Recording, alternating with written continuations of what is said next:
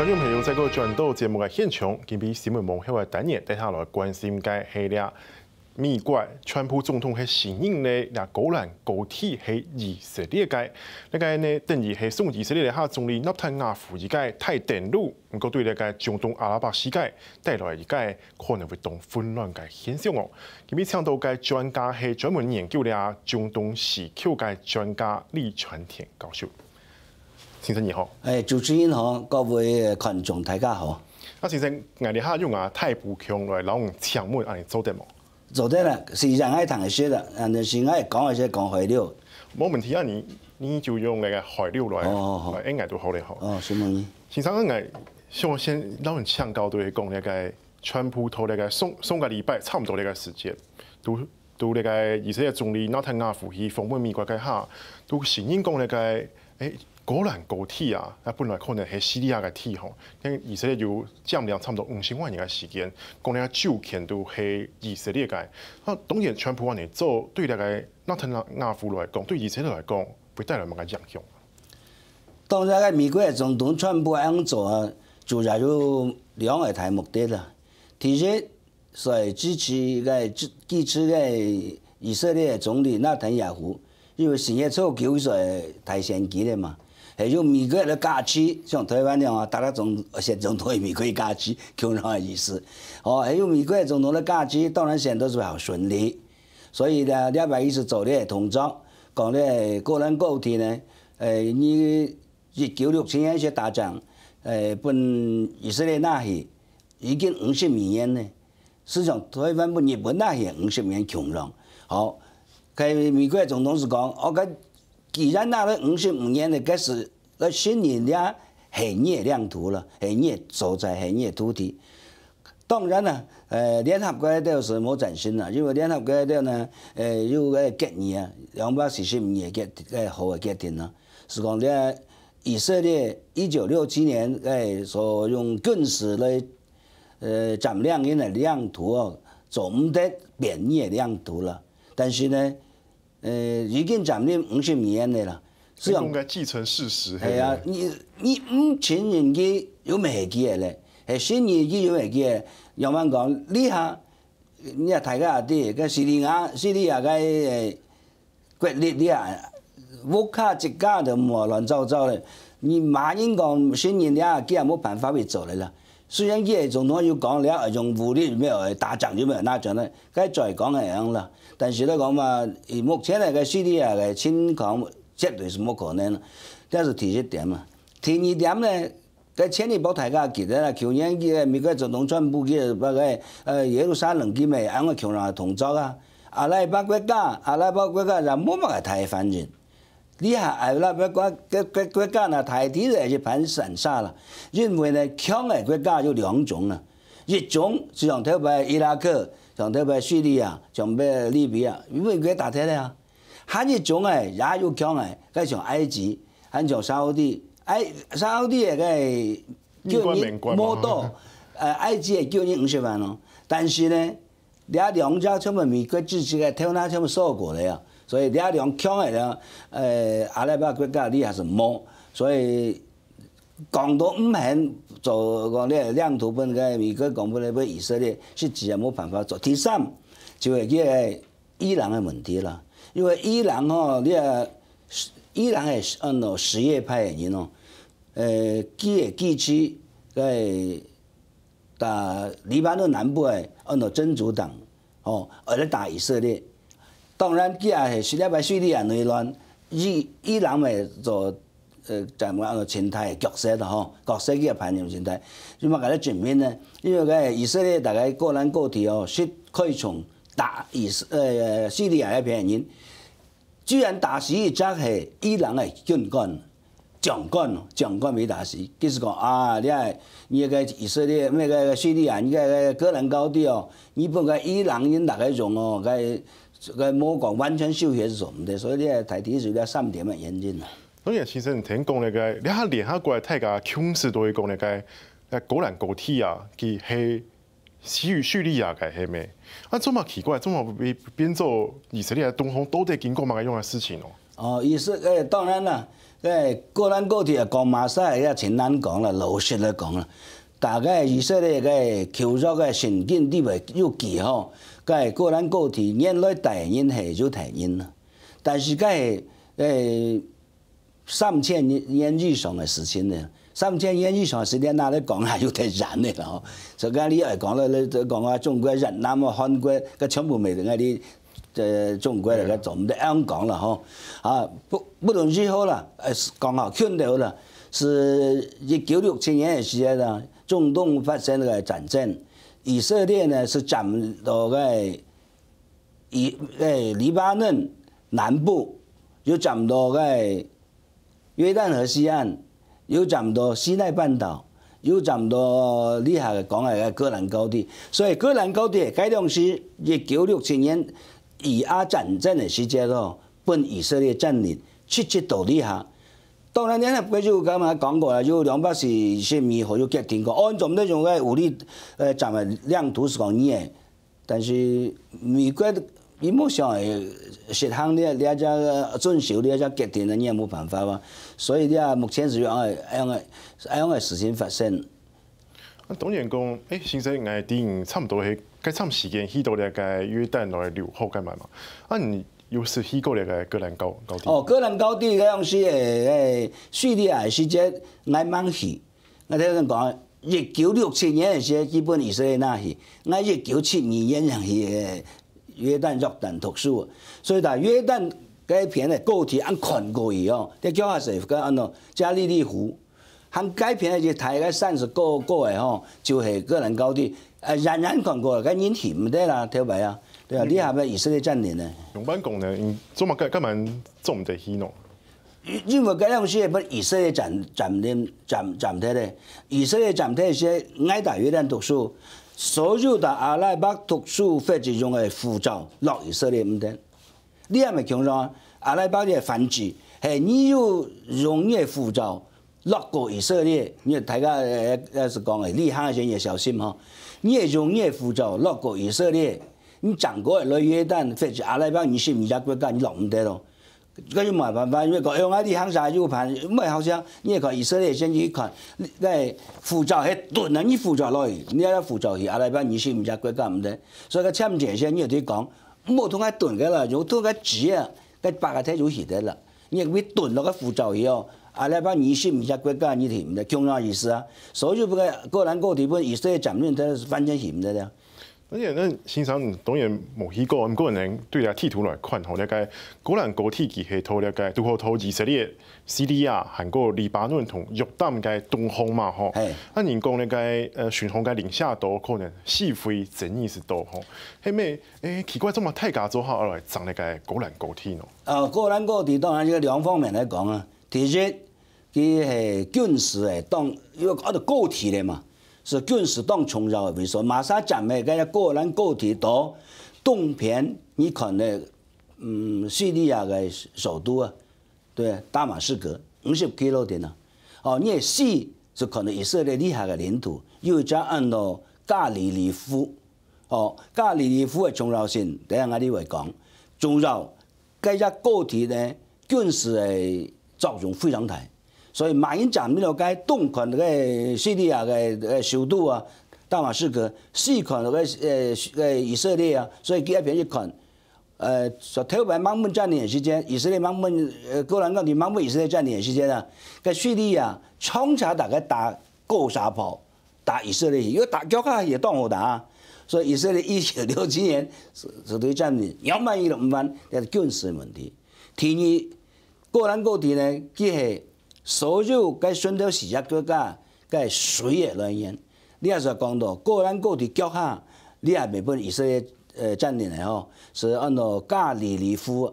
加利利夫呢，你係台灣咧講幾睇呢？台灣最睇係日月潭嘛。佢比日月潭大啲咧講吧，就116 km 咯，該加利利湖166啦。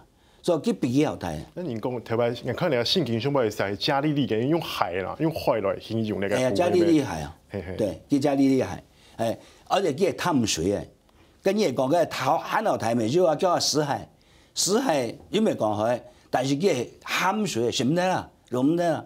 所以加利利湖的重要性就係佢約旦、敘利亞、黎巴嫩是個國家人的食水的來源。你睇你是通過按約旦河、約旦河，但加利利湖按直接流到死海去。啊，我就順便講，有乜死海呢？個唔好談咯，是吧？個死海的原因呢，是因大陸個，你去過嘅按死海，嗱你係打約旦一半咯，以色列一半嗰個海啊，你飲到一隻貝殼。同你多幾多錢呐？我講當都食飯啊，就對啦，台幣嚟講，你飲到個地方，你就第二條第二是唔做唔得咯。你話跟你喺沙灘一看，我要飲到貝殼，一盤食飯。嗰意思講喺死海地方哦，冇一種東西嘅海嘅東西上去的，咁嘛原因，因為嗰係佢非常鹹啊。養分太高啊。佢養分太高，乜嘅東西都生唔得。其實你講同嗰個高蘭高鐵其實就。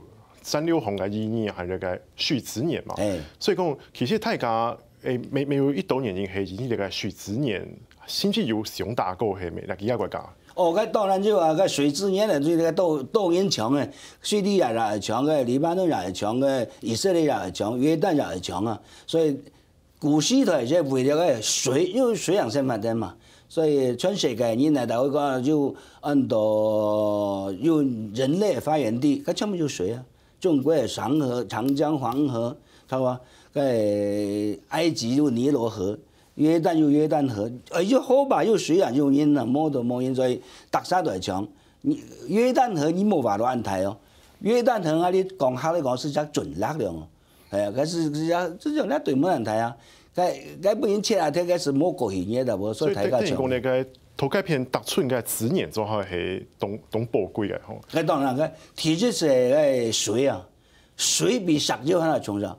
石油冇這個冇賣錢的，水上面冇來，你的身份唔得啦，所以個水非常重要。個水嚟來佢等個特年啊，你睇下啲中東嘅水哦，一年啊平均一年哦60億嘅水田。台灣60億嘅水，台灣乜嘅都走睇到。冇水用嘅。係啊，好，個中東啊，一年60億嘅水啊，人家國家利利湖嘅水嚟來落雪，就你啊嘅些係蠻用啊，嘅些用水用嘅些水是國家利利湖，又噴出來是就約旦河流出去，就咁，大家是用嘅水嘅身份啊。好。先生落嚟吼，好，等家下吼，能繼續過來關心大概高蘭高鐵上半呢，以色列同大概阿拉伯人嘅相處係點算？韓國咧到底會帶來呢條影響？你看了後，繼續來分析。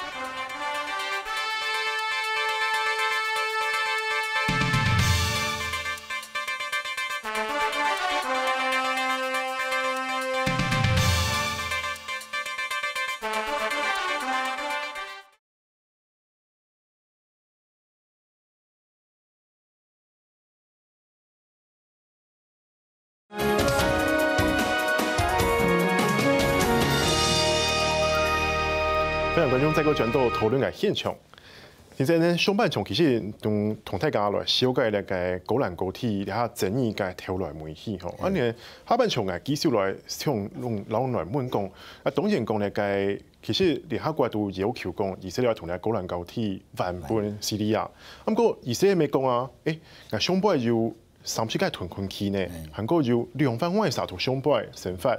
因為該片嘅人講嘅阿拉伯依個協同嘅德魯茲人，其實同當地嘅以色列人組織用夾頭強下吼，你睇睇都應該說起嚟像錯啊，咁正下呢，安尼兩個無強權嘅信仰同相處，咁有可能強下審法咯。佢當然啦，1967年以前呢，以色列人是冇大概啦。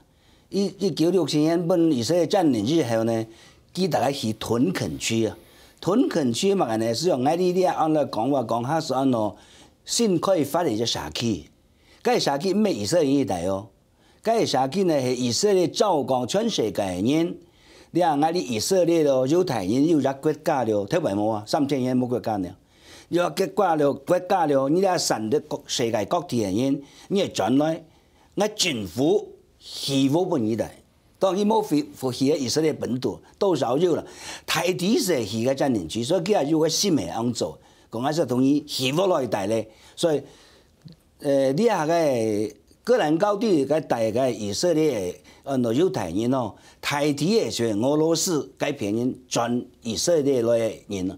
cái人呢，佢冇全個本土一帶，是本尼到約旦河西岸帶啦，本尼去個耶路撒冷去個等等，去福邊本尼帶啊。哦，你也是講，但戈蘭高地呢，他們2萬3個猶太人，但是唔係以色列人咯。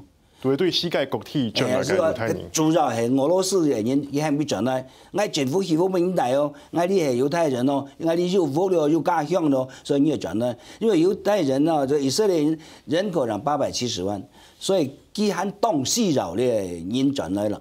個德魯士人係乜人呢？佢蠻不認真嘅，像佢羅祖先200年前就是大概嘅人咯。佢是不人對出來，佢原來係埃及嘅法蒂麥王朝嘅時節啦。佢係解到嘅人咯，法蒂麥王朝統治啲埃及啊。但是佢係有一隻人咧，佢佢嘅宗教有從錯去排除咗就錯。但是原來埃及嘅法蒂麥王朝唔係啦，所以對走其實逃到巴勒斯坦，又逃到右邊隊，你也是逃到個戈蘭高地嘅板山岸嘅那個帶，佢大千人嘅。好。1967年之後，被以色列佔領嘅時間，基督山大概大千人元，咩千人元，所以基嘅素材馬嘅都大概啊，所以因為佔領咧，基係冇走啊。好，還有的人還有2萬3條牌，其實敘利亞人轉東敘利亞去咧，走睇咧。好，總言之，呢個戈蘭高地有萬人呢，以色列人2萬，個德魯茲人2萬，敘利亞人從2500個當少嚟啦，所以你話講哦，個德魯士認為你係有些個以色列政府左邊有乜個冇辦法吧？因為你上台審判，而家要規定，你冇你就係走，但你上台審判，你係入我係蝕，以色列蝕，入蝕咧係左邊，所以左邊的呢，肉太好的，好，因為現在你繼續嚟一帶，咁冇基本係你嚟一帶啊。所以嗰啲人德魯士因為冇辦法啦，佢為了唔肯調啲一家我嘅家鄉，羅祖先留下來，但係有上一代，我哋台灣人咪強壯啊！日本時代台灣日本時代戰爭些盲到台灣人做日本兵啊，梗係幾好啊！冇辦法吧？所以強壯德魯士咪強壯，幾乎要 Q 身份，好入息是入息啦，同耶穌，但係讀阿拉伯文啲就有機會講。其實我哋懂，我係好奇講咧，德魯茲人同你嘅能個印象度嘅阿拉伯伊斯蘭嘅信仰有冇冇相關冇？德魯茲人也係信回教，回教有2種，遜尼派到什葉派。德魯茲人信嘅呢係什葉派，所以呢，基佬信徒係敘利亞嗰啲走體嗰啲人呢，有信係冇強壯派嘅人，強壯回教冇用派，台灣有啊。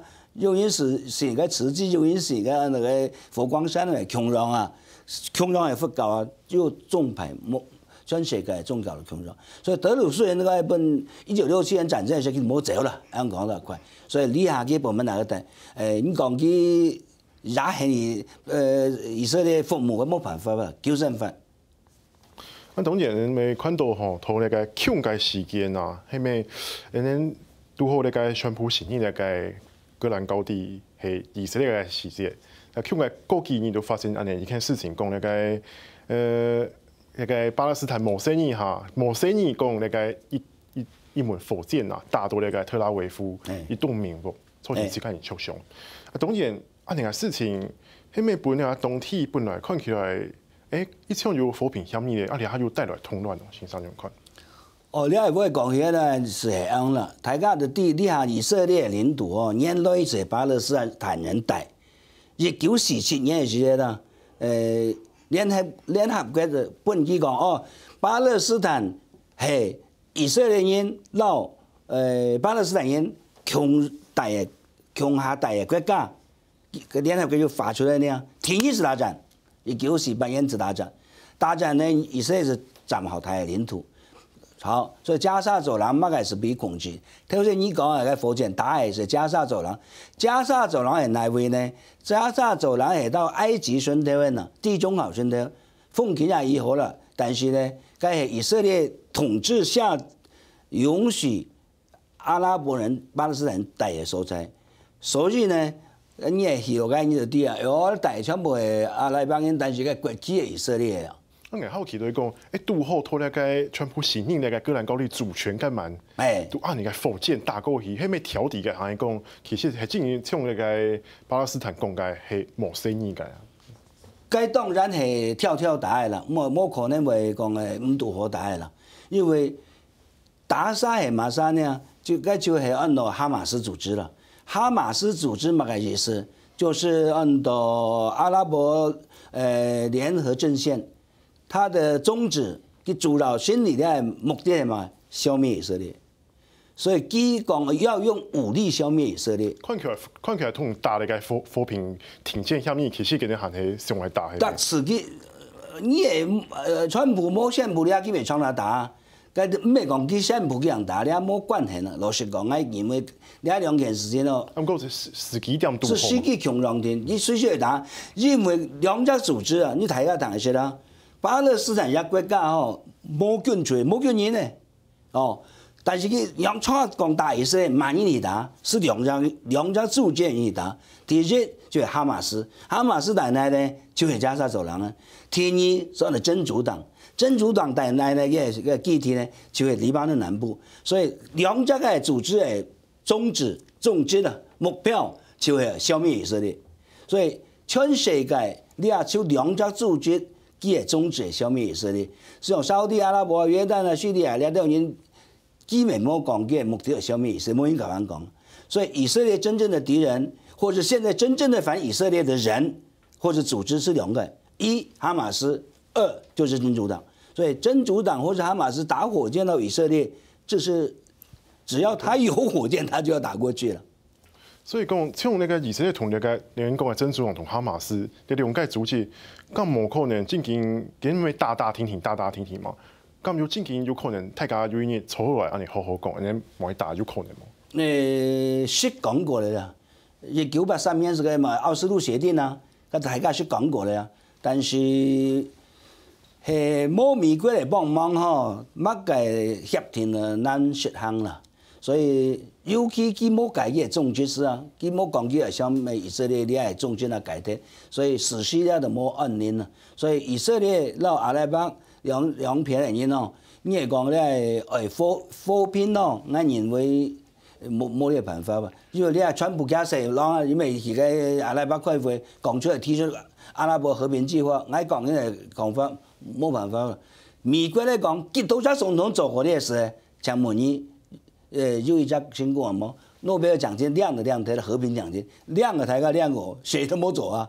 那個基本的問題冇處理的，乜個基本問題？巴勒斯坦建國，你冇俾建國，佢組織目的是消滅你，你不給他建國的話，他永遠都是你的敵人啦。所以講你睇巴勒斯坦人可能以色列人講嘅水火不容呢，係而家係文明、宗教還有一個民族之間嘅衝突，咩種咧亨廷頓講嘅文明之間嘅衝突。你係幾個看法吧？吼，文明衝突哦，我哋唔敢講冇兩個事情啦，但是我個人看到是你係唔係主要原因，要麼呢？主要係土地嘅關係啦。佢就你係土地本來上來咧。喺啲洋手咧講，你簽咗咧講貨，你土地冇翻就冇好講啦，乜嘅都唔是講啊。所以中東嘅和平咯，你個土地該還巴勒斯坦人嚟冇翻，乜嘅和平都講唔上。你個轉過來講吼，聽住講到你個川普嘅勢龍啦、Kushner啊，同你個對你個中東關係當好啊，吼。啊，其實係咪因為佢太搶用啦 Kushner 啊，促成你個川普嘅個中東政策，佢個係較偏以色列，因為佢都好係猶太人嘛，係咪？佢100%係偏以色列，佢係硬講嘅，因為佢係猶太人咯。佢不樣原來咩信猶太教嘅哦，因為根本佢變信猶太教。所以川普非常支持佢買啊，我佢食咯，所以排伊嘅白宮嘅高級嘅顧問啊，所以創造排伊中東行，從呢為新人耶路撒冷新人嘅戈蘭高地為以色列，愛改人嘅想法，該係加嚟咩加蛇浪嘅努力嘅結果啦。所以講呢個太偏安尼，對於呢個未來特偏中東嘅和平根本冇乜嘅天數嘛。虽然你也記得80呢，有講提出個總統扶貧的計劃，我感印象佢做唔到啊。用辦功能，因為你嘅立場就係偏以色列，來幫你用嘅上海統一草強下來講咯，係嘛？你嘅立場，你係總係講劃疆界，你疆界有辦法，劃疆界，你都講咩？你都冇翻嘅，土地文教你冇翻，講你一度劃一半都講，我哋係你嘅，應該用為行咯。我行啊，子孫遲都唔行啊，所以中東嘅事情，我那個提出來講啊，土地冇翻就冇扶貧。